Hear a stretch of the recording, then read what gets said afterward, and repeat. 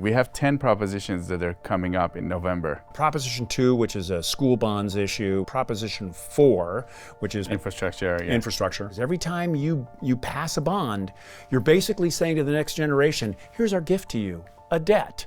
And they're going to have to pay that off. Supporters say all of these things are important and reasonable and you should pay for them anyway, and your children will thank you for it. There is another one on minimum wage. You have to understand that the people who will be paying for the cost of that minimum wage are the consumer. That's inflation right there. What's the counter argument? They will say that the cost of living is so high, we must raise the minimum wage. The people who work a minimum wage can't afford to live in California right now. So you have to really understand where it's going and is it worth it when That's you're right. voting. That's right. My guest today is Will Swaim, president of California Policy Center. Today he's here to tell us what ballot initiatives we'll expect to see in November election. Will is going to try to argue on both sides of these issues and to tell us what these propositions are about. At California Insider, we like to show you both sides of the argument and multiple sides of the argument, so you can make up your own mind. Now, what about Prop 35? One of the most complicated, I'm just going to call it a swindle. So you pause, as I did when I read this, and I said, why would somebody want to tax themselves? Here's where the mystery gets really fascinating. I'm Siyamak. Welcome to California Insider. Will, it's great to have you back on. Welcome back. Oh, thanks, man. Thanks for inviting me. We want to talk to you about ballot propositions. Last time you came here and we had a discussion on these a few years ago, and we went over what they were and what they mean after the election. This time we want to talk to you about before, because a lot of people wanted to know about them and wanted us to discuss them before the election's coming up. Yeah, I think what's great about a conversation about these ballot measures is that they raise really fundamental questions about how one views the role of government in California. So it raises just kind of first principles, real basic fundamental economics questions, government questions, philosophical questions. We've got 5 that are numbered 2, 3, 4, 5, and 6. Then we've got 5 more that are numbered 32, 33, 34, 35, 36. So we're going to talk about 2 through 6 first. Let's note that 3 of these really are about bonds. And bonds, B-O-N-D-S, are a financial instrument that governments use to raise money to spend on a thing. Now, it used to be literally they spent it on a thing, like a dam or a road or a bridge. Increasingly, we see bonds being used ostensibly, that means supposedly, for a thing, but in fact, it's so that government has more money to pay for government operations. That is especially for employees or the cost of renting buildings, that sort of thing. So Proposition 2 is about building school facilities. Now, there's a really interesting wrinkle in this. Proposition 2 sets up a state matching fund. That is to say that if a local bond passes, it will be matched dollar for dollar by state taxpayers. So you and I are here in Orange County. If some local community actually passes a local school bond to build, to rehab its buildings or build an athletic field. The building, yeah. Right. This all sounds very reasonable. But now there's an added bonus in it. And if you're a supporter of this thing, you say, well, this is really great. State taxpayers everywhere in California will be matching you dollar for dollar on your local bond. This makes local bonds more exciting, more attractive. Now again, because we're going to be paying this off over time, I want to point out something else. There's an interest payment on this. You're going in a bond, you're borrowing money from, let's call it Wall Street loosely, right? You're borrowing it from financial institutions. You're borrowing this money, $10 billion, $20 billion, whatever it is. You're borrowing it from a Wall Street firm. Well, the Wall Street firm wants to make money on that. They're the bank, if you will. They're going to charge interest. They're going to charge interest. So now we have a bond that's advertised, let's just make up a number, at $5 billion in your local community, right? Well, the state's going to match it. So now there's a $10 billion cost. Does the match come out of this $10 billion? Yes. Okay. Proposition 2 is a match for the local bond. So I just want people to be thinking about this because they're going to see this in the advertising supporting a bond. Like, hey, if you vote for this bond, it's going to be matched by Sacramento. Well, Sacramento is also you and your neighbors and people who live all over the state. So now the $5 billion bond becomes a $10 billion bond because of the match. Well, there's also interest on this over 30 years. That's another $5 billion. So now this bond that is advertised at $5 billion is costing the state of California and local taxpayers a total of $15 billion. But I know that's a lot of math for a conversation. But my point is, be careful, because the people paying this off are typically not us. I'm just going to be fully disclosing here and say, I'm 64. I'm not going to be around in 30 years. You look a lot younger. Oh, well, that's really good, but it's not going to save me from death. I will not likely be paying back some of the bonds that passed this year, if the actuarial tables are correct. I will be long gone. But my children will be around, and my grandchildren will be paying this thing off. And the question is, do I really want to increase the costs of living in California for them? Because every time you pass a bond, you're basically saying to the next generation, here's our gift to you, a debt. And they're going to have to pay that off. So you really want to be careful. So now, what are other bonds? Sure. So that was number 2. Proposition 4 is a different one. That's for parks and for parks. That's right. Well, it had been called just a park bond, then a water bond, and then a climate bond, and now I think it includes all those things. The last infrastructure, water infrastructure. Yes, exactly. So, I think this one is, what's that old joke about a camel is an animal that has been assembled by a committee? That's this bond. I think they've really kind of focus grouped it, the supporters of this bond. They've gotten a bigger coalition of people who can kind of endorse it. And the goal is always to signal to voters, hey, look at all the people who are in this thing. Well, who doesn't like a park? Who doesn't want water? Who doesn't want, a better energy infrastructure? Well, just about everybody wants these things, right? So the question becomes, why is it that California, which has spent more than every other state and most nations on things like parks and climate and water, why is it that we haven't built a dam in 40 years? Why is it that we have an electric system that is aging and usually when there's a high wind starts a wildfire? Well, a lot of this is because of infrastructure and misspending, I would argue. But supporters say, look, we've got to stop the climate change problem. We've got to have more water because water is becoming more scarce because of climate change. We need better energy infrastructure. We need more parks. But the fact is, again, just as I mentioned with Prop 2, you got to think about the fact that this is just a bond is a tax by other name, right? And it's a tax that you may not just be paying, but that your children and their children will be paying, your neighbors are paying. And so this too will add to the high cost of living in California. Supporters say all of these things are important and reasonable and you should pay for them anyway, and your children will thank you for it. I think this is a really interesting question. You have to consider those facts that you're going to pay a lot of interest, and then if you want to vote for it, then you can think about if those projects are worth it. Well, what's interesting about Proposition 2 is that most of the money, progressive groups don't like this either. They don't like Proposition 2. And these progressives are sometimes teachers in poor school districts and the poor school districts themselves, because they point out that the places where bonds are most likely to pass are in wealthier districts. Wealthier districts tend to get $4,000 to $5,000 more per student because they pass more bonds. So Proposition 2, progressives would point out, and when I talk about progressives, I'm talking about, broadly speaking, left liberals, let's call them, people who are to the left in the Democratic Party. They don't like this because they see this rightly, I think, as exacerbating the income disparity, the wealth disparity, inequality. And so that's something else to keep in mind with Proposition 2. So the other one to think about, you've got Proposition 2, which is a school bonds issue, which sets up that matching fund that we described. You've got Proposition 4, which is parks, water, energy, climate. Infrastructure, yeah. Infrastructure, right. And then you've got Proposition 5. Now this is one of those that requires more math. So we've probably already lost half of our audience at this point. All the math professors and teachers are really excited. But in California, we have a law that says that if you're going to pass a tax hike on people or a bond, if you're going to put a bond on the ballot, that it has to pass with 66.75%. So 2/3 of the vote. 2/3. Yeah. Thank you, doctor. Yeah. You have to pass it with 2/3 of the vote. Well, the people who like bonds don't like that. They want to drop the requirement to 55%. So that it's easier for So it's easier to pass.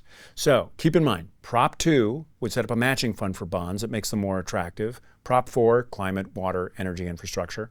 Prop 5 says we want to make it easier to pass all these things going forward, so we're going to drop the minimum vote required to pass a bond.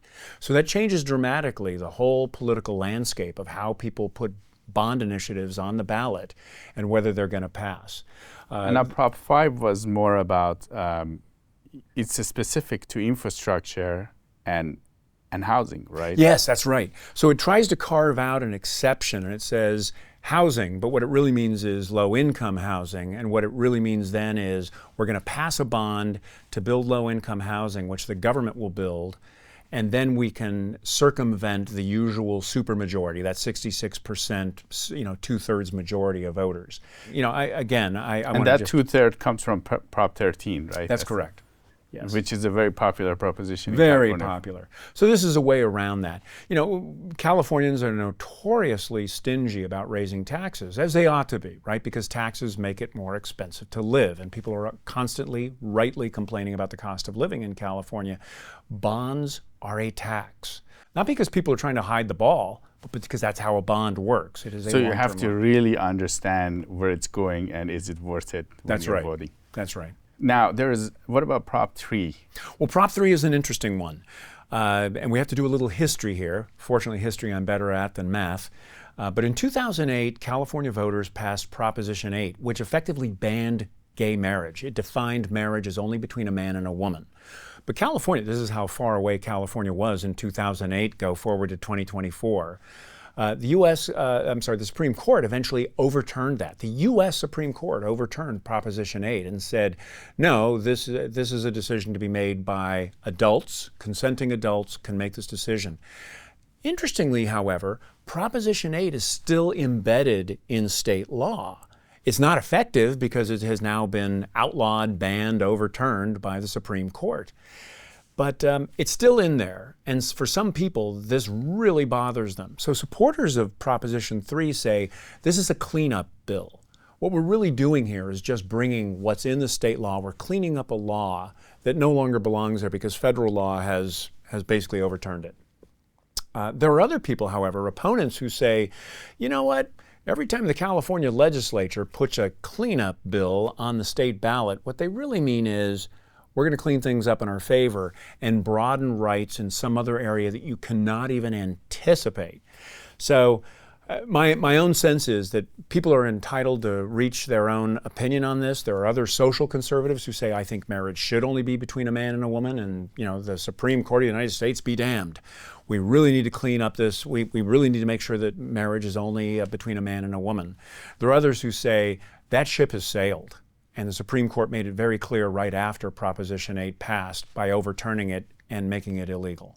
There is another proposition, Prop 6, that has to do with prisoners working. Yes. So Proposition 6 says that it is eliminating involuntary labor, involuntary servitude, they call it. And that's the practice in California prisons of requiring prisoners to do some work to pay for their own upkeep. That might be working in the prison laundry. It might be doing maintenance around the prison. It might be working in the prison kitchen. It could even be, for some people who get these really coveted jobs, it means going out and fighting wildfires, which you can imagine for some prisoners being locked up in their cell all day is not quite as attractive as getting to go work in a kitchen, never mind getting to go into the outdoors, even for very dangerous work like fighting fires. Now, proponents of this bill say this is equivalent to slavery. I'm just going to reveal my entire personal philosophy on this. I think that prisoners are by definition in prison involuntarily. They didn't go there because they volunteered for it. That's number one. Prison itself is an involuntary place to go. Second, the victims of your crime didn't volunteer to be victims. Third, I think it's not fair to the taxpayers of California to say suddenly, no, you take a break, we'll pay for everything. I think it's reasonable to ask people to help pay for the costs of their incarceration. And then I think what we now know is that a lot of the prisoners actually like this, and many benefit from prison labor because it gives some of them a way to build experience, skill that they have not previously had out in the real world. It allows them to work and get jobs once they get out. There's a very famous place up in San Francisco, a restaurant called Delancey Street, which hires ex-convicts, ex-addicts, people who live in their system and then work in their restaurant. It's all voluntary now. But these are people who in prison worked in prison kitchens. They worked in the prison laundry. They built, in other words, a resume.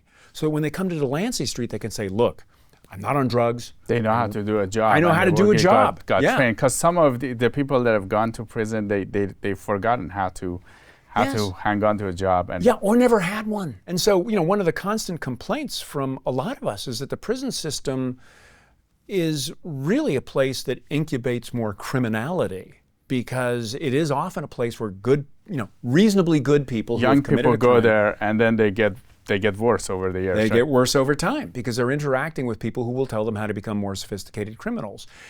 We lack, I think, the capacity sometimes to think in really, I think, limited ways about the capacity to help people become better in prison. And I think this is one of those places where conservatives and liberals overlap. I don't know anybody who wants prison to be strictly only a place of severe and unrelenting hell. I think most people, even people who are there on death row, I want them to have time to become better humans. From my own spiritual perspective, to find God, let's say, or to find some purpose in living day to day. I think that's only human. Now, people may disagree with me, but I think that asking people to work to support themselves is a fundamentally American idea, that people ought to pay their own way to some extent. Believe me, the work that prisoners do in prison doesn't come close to paying back the cost that taxpayers pay. Because the cost is over $100,000 per year. It's about $100,000, yes, to put a person in jail for 1 year. That's more than the cost of sending them to Stanford. So I think we have a right as taxpayers to ask the people who are there do something to pay us back for the cost of their incarceration. And again, I think there are added benefits. I think humans are built to work. And I don't mean to be slaves. That's what the other side, that's what the proponents of this bill say is going on. The proponents are saying that this is not fair to these guys. You're making them work. You're not paying them. That's correct. Yes, they say, look, this is just like slavery. No, in slavery, it was the color of your skin in America that got you enslaved. It wasn't because you had committed a crime. It was pure and simple that we did not like the color of your skin and we decided that you deserve to be enslaved. Here, you have to actually commit a crime to be in prison.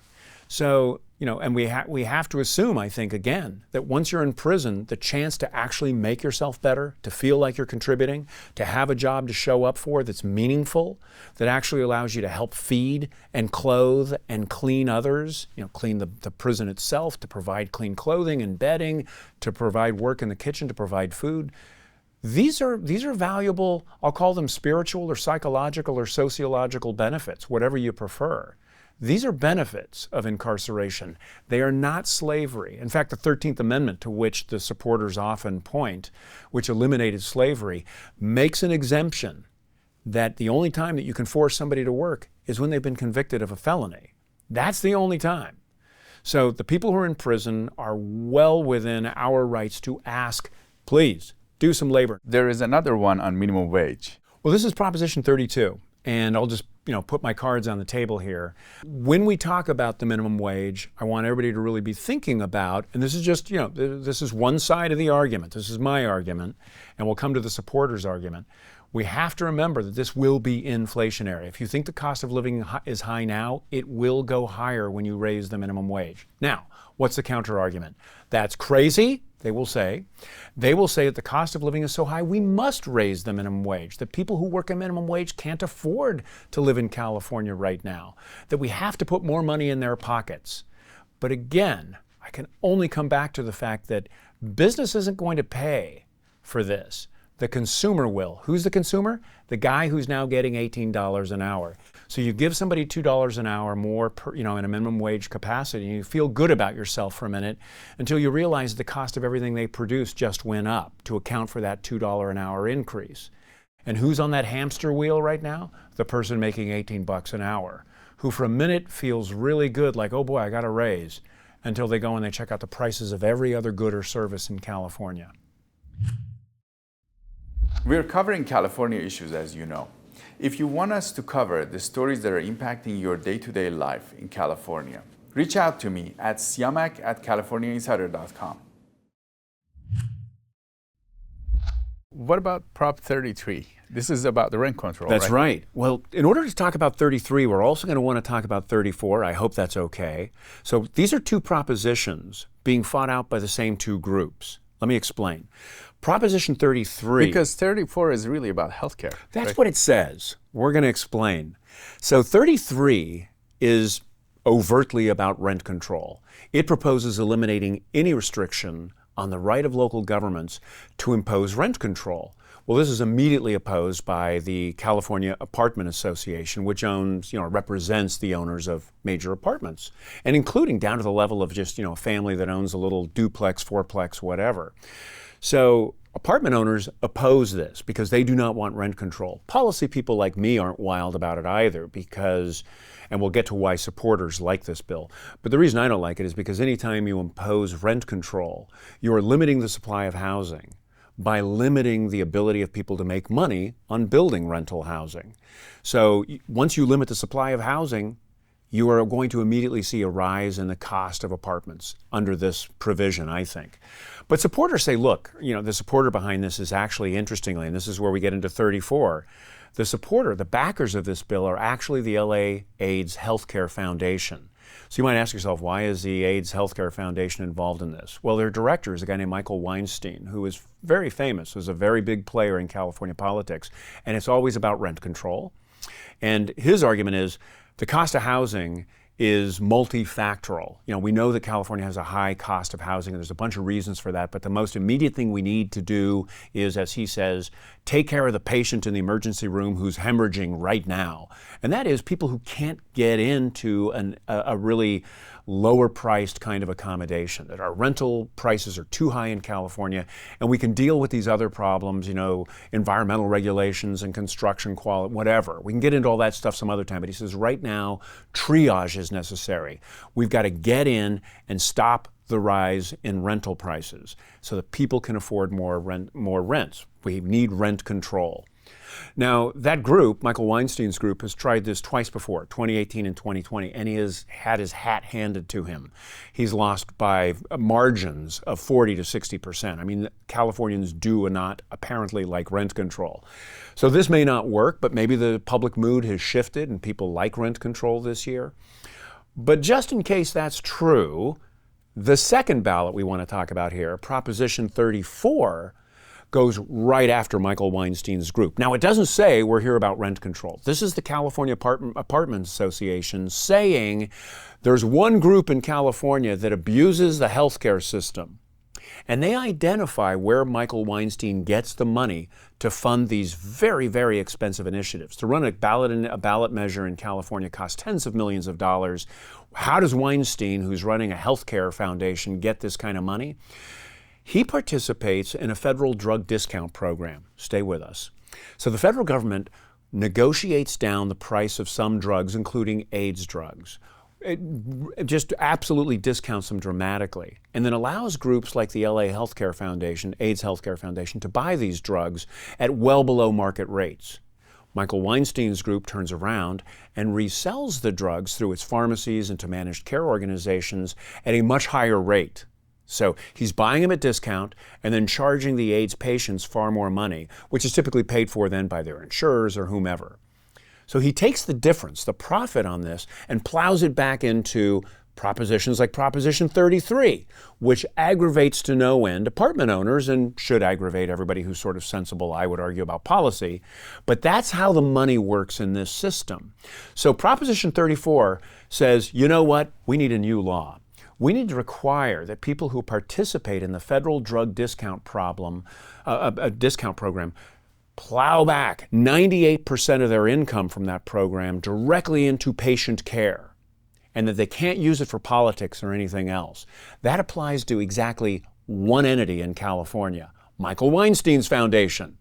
So this is a battle of two groups. One group that believes rent control is so urgent that though our real program, we say, is about AIDS, we're going to get involved in rent care year after cycle after cycle after cycle, and we're going to spend tens of millions of dollars that we get from a federal drug discount program. And the other group saying, you do this and you're coming after our members who build apartments and who own apartments. We're going to take you down.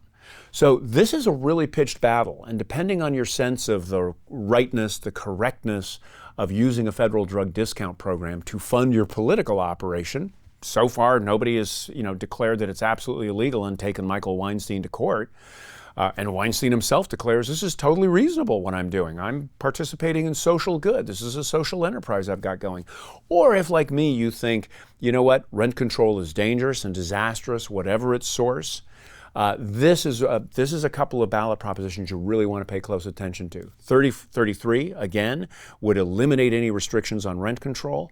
34 would undermine the model that Michael Weinstein has used to push rent control propositions. So there it is. I hope that's clear as mud.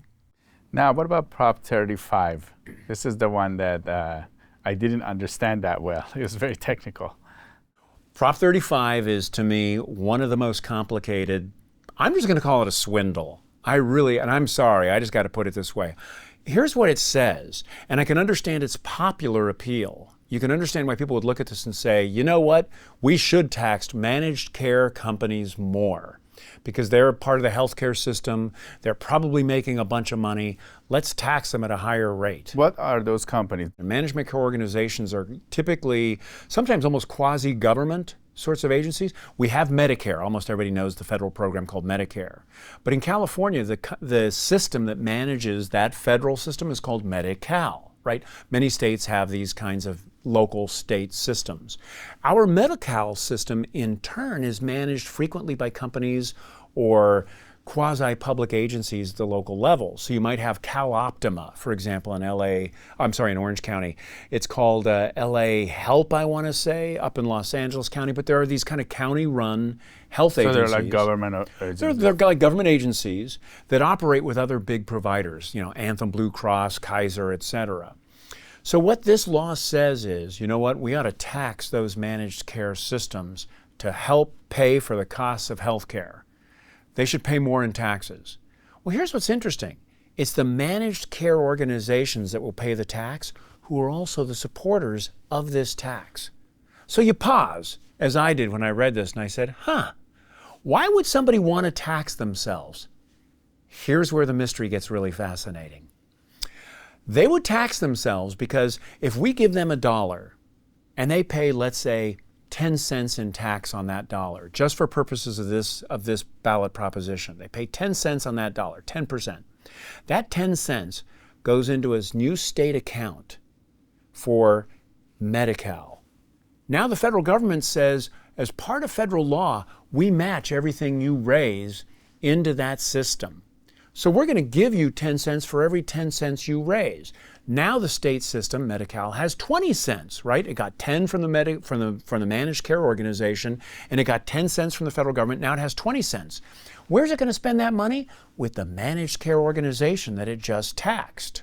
So now it gives that 20 cents to the local managed care company, which pays 10%, or in this case now 2 cents, back into the system, which is now matched by the federal government, and goes back to the managed care system that was taxed. If that sounds like a shell game, it's because it is. This is one of the most fun ballot propositions we've got in terms of just the way in which it's organized. It's like one of those games I had when I was a kid where a boot comes down and kicks a bucket and a ball bounces out and goes down a ladder and tips a mouse into a basket. It's amazing. So what are the proponents saying about this? The proponents are saying that it's time to tax the rich, by which they mean these managed healthcare organizations. It's time to make the rich pay their fair share because we have a healthcare crisis that must be done right now. Now, they know how the system is really set up to engineer this contribution from federal taxpayers to juice it up. They understand that. And I suppose they're right in a sense that it will bring more federal money into the system, but not because it's actually raising taxes on the local providers. So this is really a grab for federal money. And it'll be interesting to see if some federal agency steps in and says, you can't do that. So that's a long play. And the system is so complicated that, again, it's one of those things you and I have talked about many times before, which is that when the voter goes into the polling place and steps into the booth and closes the curtain behind, or more likely sits at home at the kitchen table and reads this thing one night under a tiny cone of light, they say, I don't understand this at all. Or they say, I think it's time the rich pay their fair share. I'm for more taxes. Now what about Prop 36? This is on drug addiction and crime. This is Prop 47, kind of adjusting Prop 47. Yeah. What this proposition does is it repeals or parts of or amends. It reforms. It doesn't repeal. It reforms Proposition 47. Travel back with me in time 10 years ago to 2014. In 2014, California's voters, who now may regret their decision in 2014, passed Proposition 47. Among other things, this was an idea that we had to reduce the penalties associated with criminal activity because maybe we were being too harsh to criminals.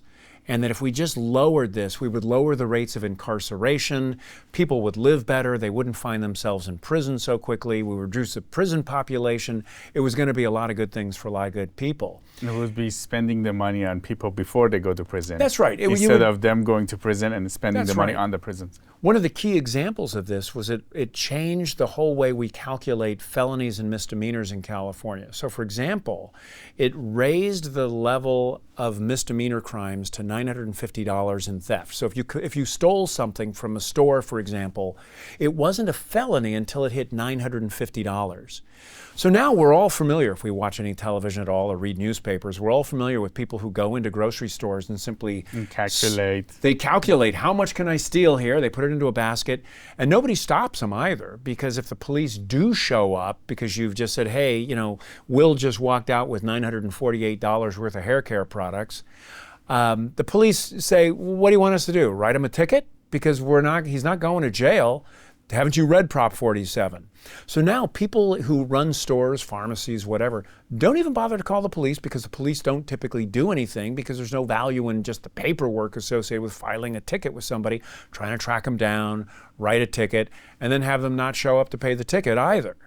So one of the things this has done that the proponents of this, now this measure was brought to us by district attorneys all over the state of California who have just seen the ability to prosecute low-level crimes just disappear. And what we now know is that there are repeat offenders. There was a woman who was just finally stopped by the city attorney in Long Beach, and I think it was because she had committed like 30 thefts under $950 over a period of about 3 months or something. And it got really ridiculous, and the city attorney said, fine, you're a habitual person, now we're going to prosecute you. Well, her defense is Prop 47. Every time I stole something, it was under $950. Their argument is, you did this multiple times. So one of the things this initiative would actually do is take a person like that and say, you know what, we're going to cut you slack the first 2 times. You steal under $950, but the third time, we don't care how much it is. It could be $2, it could be $50, it could be $948. The third time you commit theft, it's a felony. It would also create stiffer penalties for drug dealers, drug traffickers, public drug use.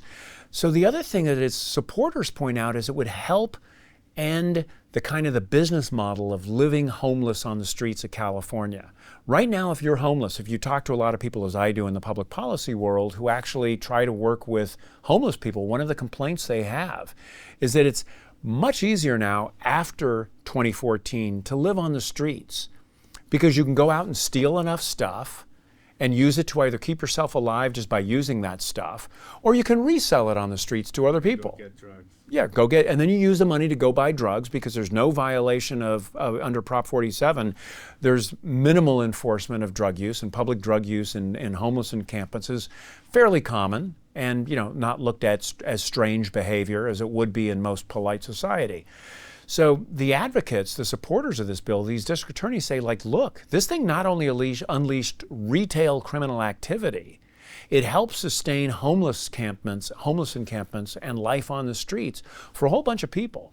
There's also a provision that would allow special penalties for people who engage in what's called a smash and grab kind of theft. We've all become familiar with this. It started roughly, I want to say 2019, 2020, we really started to see a lot more of this. And it's, literally it's a group of people go into a store, they overwhelm the employees, they smash everything, and they grab as much stuff as they can, and they leave quickly. And employees get hurt, they get beaten up, they get run over. It's a pretty terrifying experience if you just look at the video or if you know 60 someone. people come and they overwhelm the store. Just overwhelm the store. It is what we call, it's typically organized. It causes a lot of damages. Causes a lot of damage. I mean, it's a terrible thing to have to witness. And the businesses frequently don't recover. And San Francisco is very upset that retail establishments are now leaving. Big cities have all of these problems. The $950 limit for a felony, on a felony. the smash and grab stuff, the public drug use. So retail stores are closing in some of these cities where the prosecution has been uneven and where Prop 47 has just unleashed this criminal activity on their establishments. So that's why our district attorneys, and I'm begging people, pay attention to your district attorney. He or she knows what they're doing. If they're backing this thing, they're saying, please give me the right to prosecute people who are repeat offenders of criminal activity. Now, who opposes it? It's people, again, who believe that any kind of incarceration, any kind of public safety and law enforcement is really aimed only at people of color. And it produces unequal incarceration. More black people, more Latino people are convicted of these kinds of crimes. And so it's inherently racist. But the prosecutors who are behind this are not, I think it's safe to say, they're not doing this because they're racist. They're doing it because they don't like crime. And the public doesn't like crime typically. The people who get most adversely affected by this kind of crime are people in the inner cities where the public prosecutors have simply said, we're not going to enforce any law anymore. Do you think they also are afraid that a lot of people will go to prison? That's another argument? Yeah, the other argument is that, yes, exactly that the people who will go to prison, number one, are people from marginalized communities, black, Latino, etc. But that it will also increase the numbers of people in our jails and in our prisons. In fact, one provision of this measure would allow judges to send somebody to a state prison rather than just to a county jail. Going to a state prison is a much tougher stretch than doing some time at the county jail. The county jail, you're still at least close to your family, your friends, your old neighborhood. When you go to a state prison, you may be going, sometimes hundreds of miles away from your home. So you're going to be doing stiffer time. State prisons are simply tougher places to be than county jails. And yes, this will increase the number of people in that system. It's great that you explain these propositions because a lot of times they're so complicated and people don't know how to vote for them. It's good for people to see different sides of them and gather as much information, because a lot of times when we do these ballot propositions, they're complex and then they impact the future of California. Well, that's right. Californians have a history of voting for things which they come to regret. And I think, the biggest challenge that voters have is waiting until the last minute and then they walk into the polling place and they just kind of really quickly read a title. So the titles can be misleading, and if you're not really thoughtful about this, then it becomes a challenge when you start to study this thing too late. And also the ballot descriptions can be themselves quite complicated. I do think it's an interesting, I'm a geek. I love to go through the sample ballot and read the arguments in favor, the rebuttal against the argument in favor, the argument against, the rebuttal to the argument against. I read the whole thing. I really enjoy it. I underline it, I highlight it, and then all of my friends and family call and say, what the heck does any of this stuff mean? Do you have any other thoughts for our audience? Yeah, I would say not a thought for your audience, a thought for you. That I think, if people are really worked up about something I said, if they believe that I'm not really understanding what's behind it, then I would encourage them to recommend to you directly somebody who could come on and make that case. We've still got some time before the November election day. So I'm all for having conversations. I think the most important thing, maybe the most important takeaway, is to have the kinds of friendships that allow you to talk as friends respectfully about differences of opinion. And sometimes those differences are simply going to come down to worldviews that are not entirely compatible. There are some people who simply think what we really need is more government, more regulation, and then all of our problems will be solved. And there are other people who, honestly, like me, who think that a lot of the problems we have could be eliminated or at least reduced substantially if government just tried to do less. And this is what I really appreciate about this country, because a lot of people with different views come together and work together.